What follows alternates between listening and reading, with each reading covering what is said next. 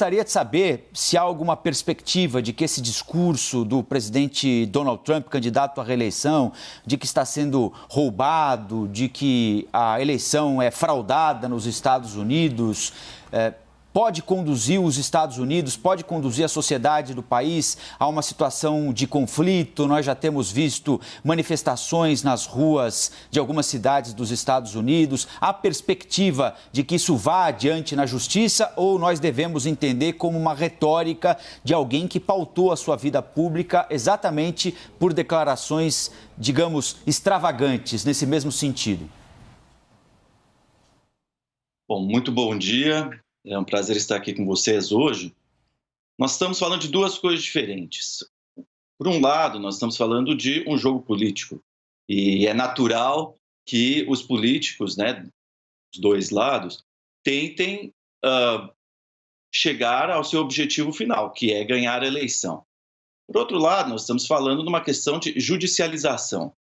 E é importante lembrar que a Suprema Corte dos Estados Unidos é uma corte pouco intervencionista, né? Nós vemos aí, temos mais de 100 milhões de casos que são levados a essa corte anualmente, e nesse período, esse último período, 2019-2020, a corte decidiu julgar 74.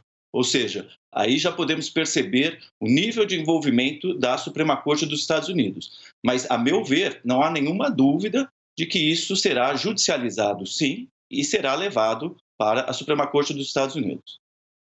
Professor, muito bom dia. Elisa Weck falando com o senhor. Aliás, enquanto conversamos, estamos com imagens da Pensilvânia. A gente observa, então, a imagem ao vivo da CNN, em que cada uma dessas caixas brancas, você que nos acompanha ao vivo aqui no Brasil, está vendo as caixas com as cédulas dentro. Todas essas caixas terão de ser contabilizadas e nós acompanharemos voto a voto ao vivo aqui no Brasil. Professor, é o seguinte, o atual presidente norte-americano Donald Trump diz que não podemos permitir que essa eleição seja roubada de nós.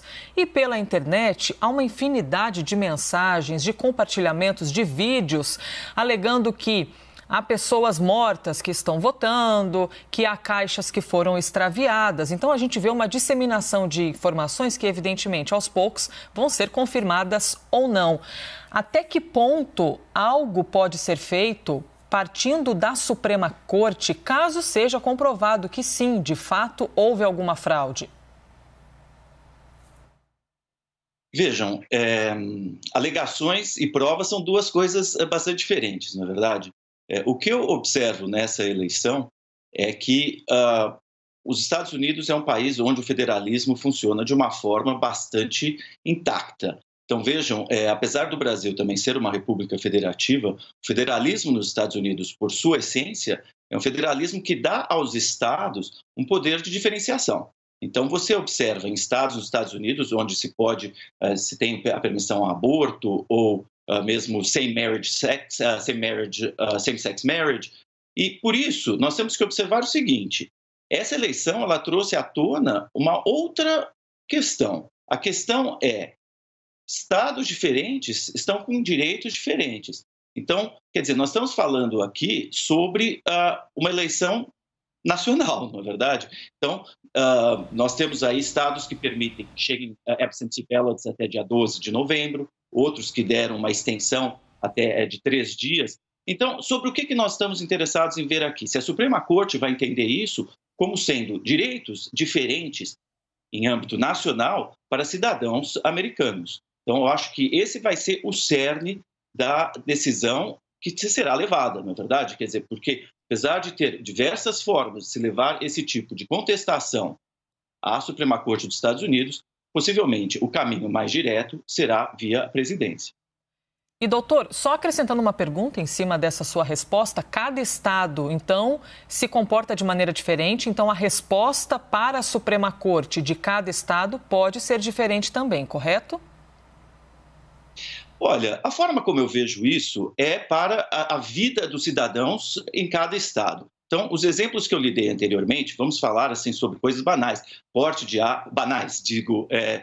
mundanas, né, do dia a dia, porte de armas, o comportamento desse cidadão no âmbito do Estado federativo. Isso é uma coisa que nos Estados Unidos é muito bem visto, isso, aliás, é muito bem recebido. No entanto, quando nós falamos aqui de uma eleição em âmbito nacional, e isso acontece nesse momento, quer dizer, cada estado ter uma possibilidade diferente de permitir aos seus residentes, seus eleitores, por exemplo, que tenham um comportamento eleitoral diferente de um outro estado, eu acho que isso, no âmbito nacional nos Estados Unidos, pode sim ser visto de uma forma de permitir privilégios a uns retirando de outros, obviamente. Esse processo de judicialização, que já é certo, conforme anunciou o presidente Donald Trump, o que é que vai acontecer no período entre a escolha de um vitorioso, né? Alguém chegará aos 270 delegados em algum momento, hoje, amanhã, domingo, enfim. Em algum momento alguém vai vencer essa eleição. Até que a justiça, em pelo menos 5 estados, decida a parada e responda se, por exemplo, Donald Trump tem argumentos ou não, se eleitores mortos apareceram para votar no dia 3 de novembro. Até lá, o que acontece? O vencedor não é declarado vencedor, nós temos uma espécie de limbo jurídico. Quanto tempo deve levar a justiça americana? O senhor já destacou que cada estado tem suas particularidades, mas na média, quanto tempo a gente vai passar nesse limbo até que a justiça confirme o resultado da apuração ou não? Olha, eu acho que o primeiro passo é ver se a Suprema Corte vai aceitar tratar desse assunto. Eu acredito que sim, né? E eu não vejo isso como algo que vai se estender por muito tempo, não, né? Eu acredito que, assim, não há dúvida de que isso será judicializado, afinal já foi informado, né? E por ambas as partes, né? A partir desse momento, a Suprema Corte, eu acredito que agirá de uma forma muito incisiva, muito rápida, para que isso seja resolvido num tempo mais curto possível. Quanto tempo isso será? Não sabemos, mas pode ser algo que se estenda aí por um mês, ou talvez até 6 semanas. Agora, doutor, muita gente argumenta o seguinte: hoje a composição da Suprema Corte nos Estados Unidos tem 6 juízes considerados conservadores e 3 considerados progressistas. Houve, inclusive, recentemente a indicação da juíza Amy Barrett, conservadora, por Donald Trump. Isso faz diferença na hora de um julgamento desses? Ou acontece como aqui no Brasil, muita gente tem a sensação de o Supremo vai julgar assim ou assado, porque quem indicou aquele ministro foi o presidente tal, então ele tende a dar uma decisão favorável para o partido A e não para o partido B. Essa matemática que é feita 6-3 pró-conservadores faz algum sentido na hora do voto dos juízes na Suprema Corte dos Estados Unidos, ou é uma ilação rasa que é feita por muita gente? Senhores, vejam que as pautas conservadoras e liberais, elas existem dentro de ambos os partidos. De certa forma, os republicanos são considerados mais conservadores em alguns temas e mais liberais em outros, assim como os democratas. Eu acho muito difícil nós compararmos a Suprema Corte dos Estados Unidos com a Suprema Corte brasileira. Haja vista o exemplo que eu dei logo no início, que de 100 milhões de casos levados à Corte Suprema dos Estados Unidos, 74 foram decididos serem considerados por essa corte durante esse ano. Então, eu não imagino que essa corte ela agirá de forma política, não. Acho que ela será bastante regimental e não vejo aí um perigo de que isso se torne que essa batalha política chegue de forma política à Suprema Corte. Eu acho que a Suprema Corte vai tratar aí do distanciamento que cabe na história dos Estados Unidos. Doutor, e na visão do senhor, o sistema eleitoral norte-americano, ele é, quando comparado com outros sistemas ao redor do mundo, ele é mais passível de erros?